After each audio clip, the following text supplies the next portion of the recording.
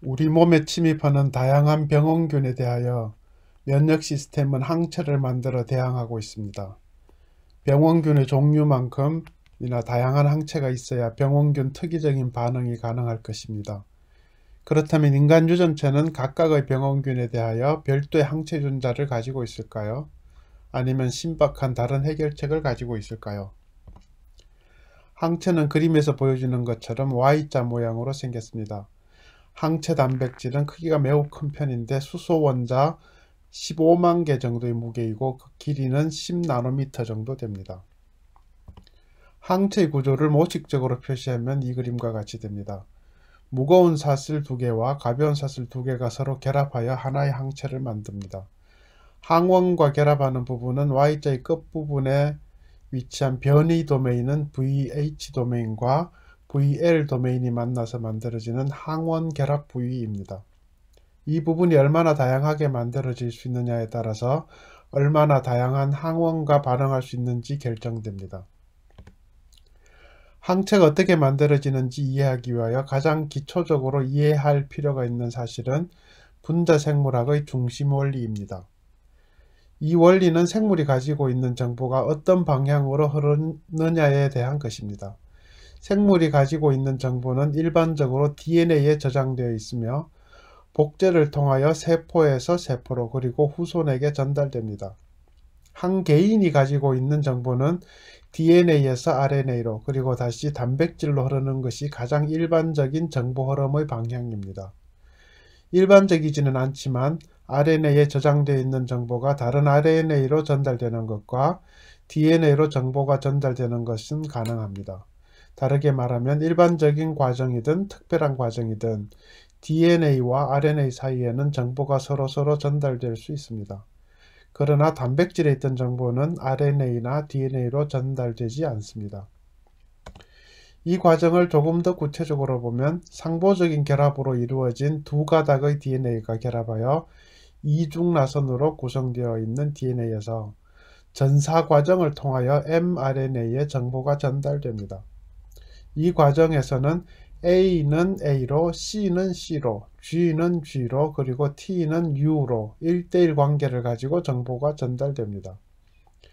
mRNA가 가지고 있는 정보는 AUG, 세 개의 염기는 메티오닌이라고 하는 하나의 아미노산으로 번역이 되고 AUC, 세 개의 염기는 아이솔루신이라는 아미노산으로 번역됩니다. 이렇게 DNA에 저장되어 있던 정보는 RNA를 거쳐 단백질로 전달됩니다.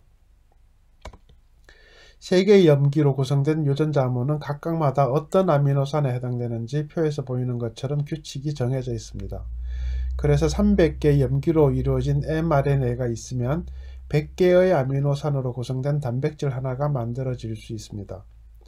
A, C, G, U 4종류가 있는 염기 3개로 하나의 암호가 만들어지니까 암호는 총 64개가 되는데 반해 아미노산의 종류는 20가지이기 때문에 동일한 아미노산에 대한 암호가 여러 개가 존재하게 됩니다. 예를 들어 유전 암호가 GUU인 경우 벨린이라는 아미노산이 코딩되지만 반대로 아미노산이 벨린인 경우 원래 유전자 암호가 무엇이 있는지 특정하는 것은 불가능합니다.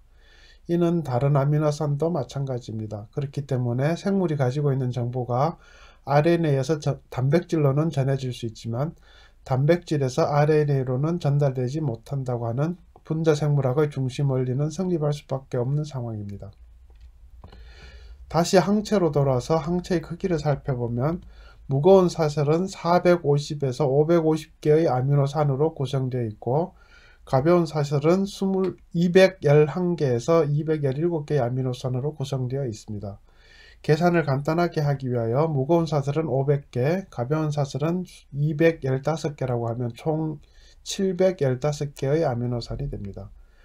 무거운 사슬 2개와 가벼운 사슬 2개는 동일한 유전자에서 만들어지기 때문에 유전자의 코딩 부위는 총 2145 염기가 됩니다. 사람은 약 10억 종류의 항체를 만든다고 알려져 있는데 별도 유전자로부터 항체가 만들어진다면 총 2145 기가베이스 크기의 유전체가 필요합니다. 인간 유전체의 크기가 3.2기가베이스니까 항체 유전자가 이런 방식으로 존재하지 않는다는 것은 금방 알 수 있을 것입니다. 그렇다면 어떤 방식으로 10억이라는 다양한 항체를 만들어낼 수 있는 것일까요? 우선 생각해 볼 수 있는 굉장히 효율적인 방법은 조합을 하는 것입니다. 각각 5종류씩 있는 2개의 주머니에서 1개씩 꺼내서 조합한다면 25가지의 조합을 만들 수 있습니다. 이러한 조합을 반복해 나간다면 굉장히 적은 수의 원재료를 가지고 최종적으로는 매우 다양한 결과물을 만들어낼 수 있을 것입니다. 실제로 항체 유전자는 무거운 사슬의 경우 VDJV가 조립되어 최종 결과물을 만들어내는 방식으로 서로 다른 항체 유전자를 만들어냅니다. 태어날 때 가지고 있던 유전자가 B세포로 분화할 때 짜집기 과정을 거쳐서 새로운 유전자로 재탄생하는 과정입니다. 여러 개의 V 중 1개, 여러 개의 DV 중 1개, 그리고 여러 개의 JV 중 1개가 임의로 선택되어 짜집기되어 최종적인 VDJ 결과물이 만들어지는 것입니다. 무거운 사슬의 경우 51개의 V, 27개의 D, 6개의 JV가 있는데 이들이 임의로 조합될 경우 약 8,300개의 무거운 사슬이 만들어질 수 있습니다. 가벼운 사슬의 경우 DV가 없고 V와 J로만 구성되어 있는데 카파와 람다 유전자가 별도로 있어서 전체적으로는 320개의 가벼운 사슬을 만들 수 있습니다. 각 부위가 조립되는 과정에서 일부 염기가 제거되거나 첨가되어 다양성을 더 높이는 과정이 있습니다. 이를 Junctional Diversification이라고 하는데 조립 다양화 정도로 번역할 수 있을 것 같습니다. 무거운 사슬과 가벼운 사슬을 조합하면 약 260만 가지 항체가 만들어질 수 있는 것을 알 수 있습니다. 양 부모에게서 물려받은 상동염색 체상의 항체 유전자 서열이 다르다면 항체의 가지수를 더 늘릴 수 있을 것입니다. 그러나 이것으로는 10억 종류의 항체를 만들기에는 부족합니다. 그래서 다양성을 높이기 위한 과정이 하나 더 남아 있습니다. 그것은 바로 최세포 초돌연변이입니다. B세포 표면에 붙어있는 항체는 수용체로서 작용하게 되는데 이 항체의 항원이 결합하면 B세포의 분열이 매우 빠른 속도로 일어나게 됩니다. 세포 분열 중에 유전자의 복제가 일어나게 되는데 그 과정 중에 항체의 변이 도메인에는 매우 높은 빈도로 돌연변이가 일어나게 됩니다. 결과적으로 보면 한 번의 세포 분열마다 하나의 돌연변이가 일어나는 정도이니까 어마어마한 정도의 돌연변이가 일어나게 되는 것입니다. 이 과정을 통해서 하나의 B세포에서 분열된 세포라 할지라도 딸 세포들은 모두 다른 항체 유전자를 가지게 되는 것입니다. 전체적으로 보면 항체의 다양성이 매우 높아지는 결과가 나오는데 10번의 세포 분열이 이루어지면 총 1024종류의 항체가 만들어지게 됩니다. 이 중 일부 항체는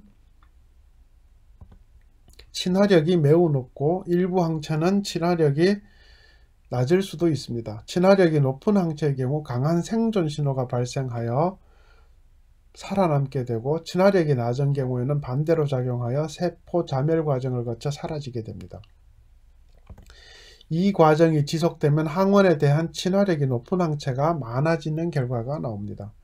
이 과정을 친화도 성숙이라고 부릅니다. 이러한 돌연변이는 성숙한 후에 체세포에서 발생하는 것이기 때문에 일란성 쌍둥이라고 하더라도 형제 중 한 명이 더 좋은 항체를 만들어내어 병원균과 더 잘 싸울 수도 있습니다. 그리고 체세포에서 생긴 돌연변이이기 때문에 자손에게는 전달되지 않는다는 특성도 있습니다. 지금까지 살펴본 내용을 종합해보면 다양한 항체를 만들기 위하여 여러 부위로 나누어진 유전자 조각을 조립하는 과정 중 다양한 조합을 만들어 다양성을 높이는 과정, 그리고 조립 과정 중 몇 개의 염기를 버리거나 추가함으로써 만들어지는 다양성. 세 번째로는 가벼운 사슬과 무거운 사슬을 조합하는 과정에서 만들어지는 다양성을 기초로 하고 항원과의 첫 결합 이후 체세포가 복제되는 과정 중 돌연변이 빈도를 압도적으로 높임으로써 다양성을 높이는 과정을 통해서 거의 모든 병원균에 대항할 수 있을 정도로 다양한 항원을 만들 수 있다는 것을 알아보았습니다. 자, 오늘은 여기까지고요. 질문이나 제안이 있으면 댓글로 남겨주시기 바랍니다.